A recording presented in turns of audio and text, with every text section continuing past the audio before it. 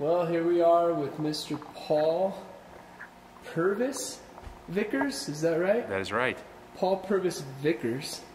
Where'd you get that name? Purvis is my granddad's first name, and then Paul would have been my mom's grandpa's name. So my dad wanted to name me Ivan, so I'd have been Ivan Purvis, but I'm glad my mom spoke up for Paul. So Paul Purvis Vickers. Yes. So are you proud of that name? You like that name? Yes, I am. Yeah. I've seen a couple emails from you, and they say Purvis in them. So that's it. He must. Your grandpa must be a stud.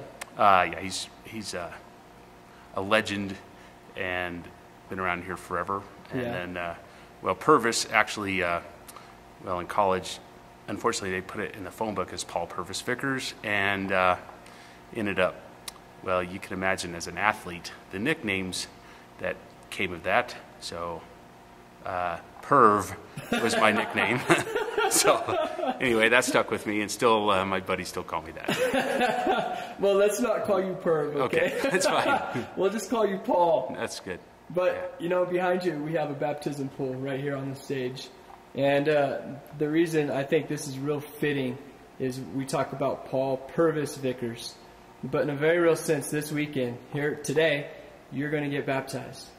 In a very real sense, you're taking your name and replacing it for the name of Jesus Christ. How does that make you feel? What does that name do to you? Actually, when you mention it, I just get a real warming feeling because, I mean, wow, he's the ultimate example of everything. And I can't imagine, now doing this, I've been thinking a lot about it, what really, you know, where it's dying of self and being reborn, and that's what it is. And yeah, to be risen again, wow, that's fantastic. What more can you, that's just like better than hitting the lotto, you know, so for life. Yeah. So yeah. Yeah. And then we're just going to take it one step further, and you get the opportunity to take little Sammy, Samster, yes, and little Maddie, and you're going to baptize them.